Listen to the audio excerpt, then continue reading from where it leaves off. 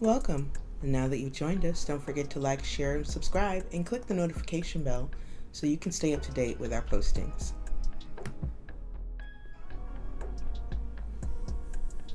Now that the winter is coming, have you ever noticed that sometimes for your skin, a lot of the pre-made concoctions that exist within our pharmacies and grocery stores are just not hitting the bucket? A lot of the products on the shelf do not have enough fatty acids or oils to keep our skin in a healthy condition. And it sometimes spends a lot of time drying our skin out. One great way that you could actually work to make your skin feel more healthy and more a part of you is to use some products and mix your own lotion or whipped shea butter at home. You can buy and source your own materials such as the shea butter, and you can actually get them in either unrefined or refined states. You can actually control the different types of butters or moisture levels that you're putting together, including scents and also different herbs. Don't be intimidated. There are different types of oils and butters, and they have a different density or viscosity or moisture level. So let's talk about some oil and nut butter types: hard, liquid, and soft. Hard butters are definitely dense, but definitely will melt at a higher temperature than some of the softer ones or even the liquids. There are also different types of absorption rates and also a comedogenic rating, which the absorption rate is how fast the oil will dry or absorb into your skin, and the comedogenic rating is about whether or not it's going to clog your pores as it's actually soaking in. Here is a quick list of different oils and their different values.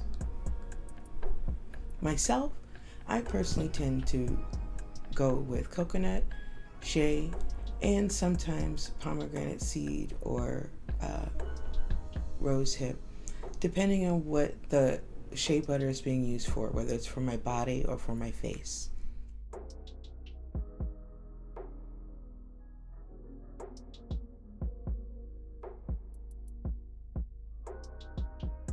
So let's get started.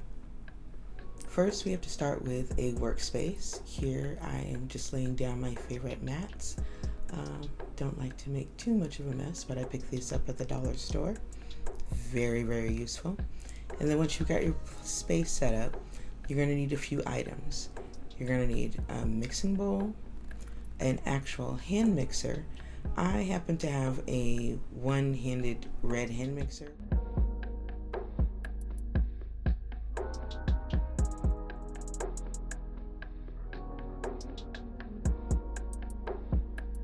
And you will also need some raw shea and your oils or butters of choice.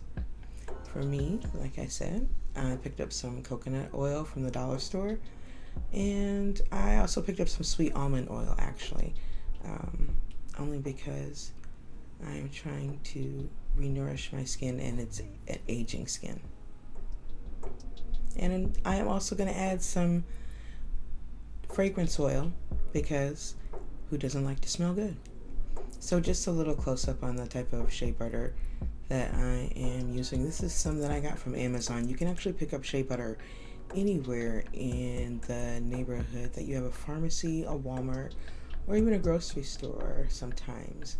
And there's just the coconut oil that I picked up from the grocery store.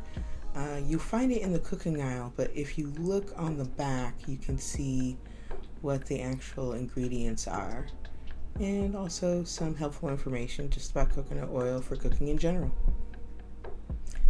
I also have another example of coconut oil. This is from the company that I bought my sweet almond oil from, and I also like their products.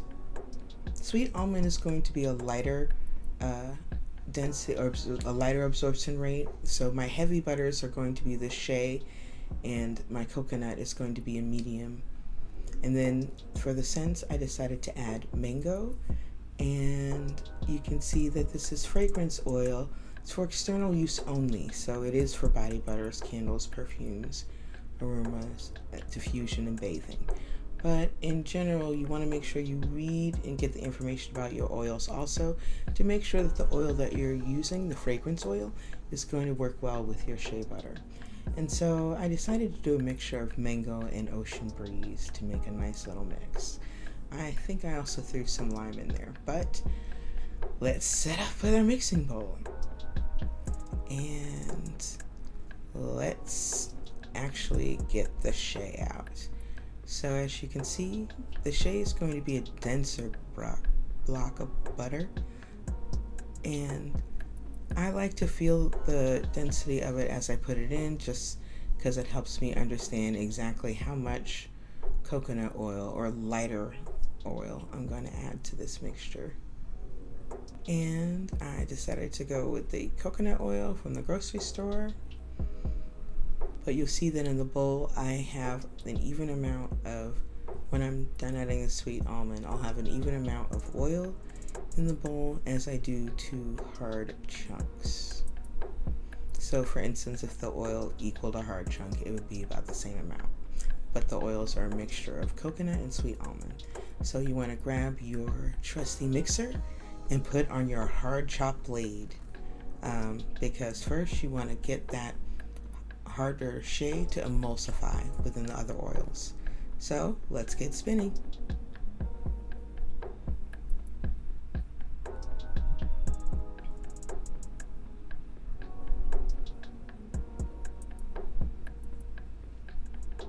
And then once it looks like it is good and chopped and ready for the whipping, you want to change your instruments to the whipping one. And I think I wanted to add a little bit more shea because right before I started with the whipping, it felt a little thin to me. So you want to keep testing it. So of course first I've got to switch back my utensils to the chop blade. Let's chop some more.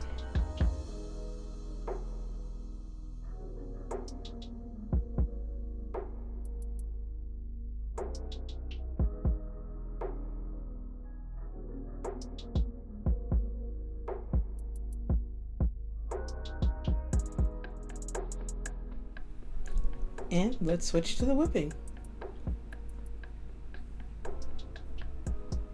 Look at those waves. It's beautiful.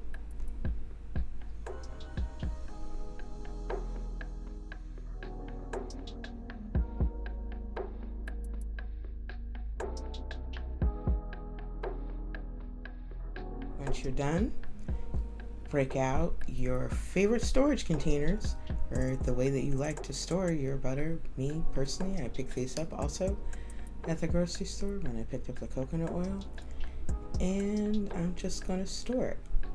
And if you scroll back to the chart that I posted, it also has the shelf life of all the oils and butters listed. So usually this can last you, I would say, depending on what butters and oils you use, anywhere from a year to maybe more. It depends on the combination that you choose.